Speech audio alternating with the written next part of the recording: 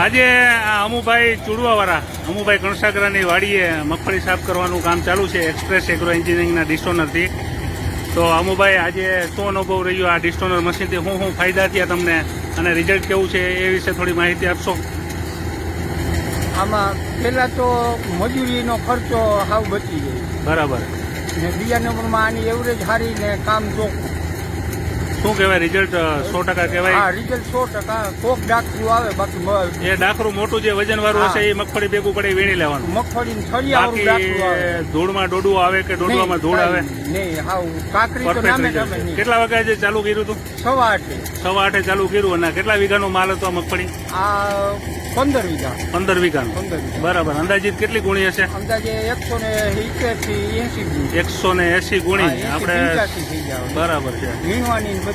હવે અત્યારે 12 વાગ્યા છે, બરોબર? હા. એટલે 3.5 કલાક થઈ. 3.5 કલાકમાં 170 ગુણીની ધાર દેવાઈ. 170 ની દેવાય. બરાબર છે. તો રિઝલ્ટ એ પણ સારું કહેવાય. હા, મજૂરી ખર્ચો 40 કોતરાની આસપાસ G20 મગફળી હતી ને? હા જી.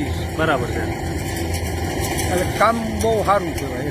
મજૂરી ખર્ચ જાજો બચાવ થઈ ગયો. હા, નહીતર આ મજૂરીથી તમે કરવા જાવ તો કેટલા દિવસ થાય એમાં? હા, તો જાજા દિવસ લાગે. 4-5 દિવસ તો પાકા. 4-5 દિવસ. કેટલા મજૂર? કાકરા જોઈ બધું ને આમાં તો ડાયરેક્ટ ગુણું ભરાય એવું છે ને? ગુણી જ ભરવાની. બરાબર.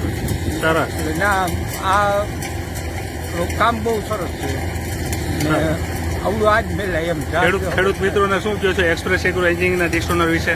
ના, કામ સરસ ને મેલાય આજ ઝાડ દેવા ઓપને ઝાડ દેવા કરતા આ સારું. બરાબર. હા, ને કલાકે એવરેજ સારી ને કામે ચોખ્ખું જાય. ઝડપથી ડાયરેક્ટ કોતરા ભરી જાય ને ઓલું તો તમારે દાણા કાઢે આ તે આ ઈ કોઈ વસ્તુ કાંઈ નથી. બરાબર. નુકસાન નામે નથી. નુકસાન ઝીરો છે. હા, બરાબર. નુકસાન 0. સરસ અમુભાઈ. હા.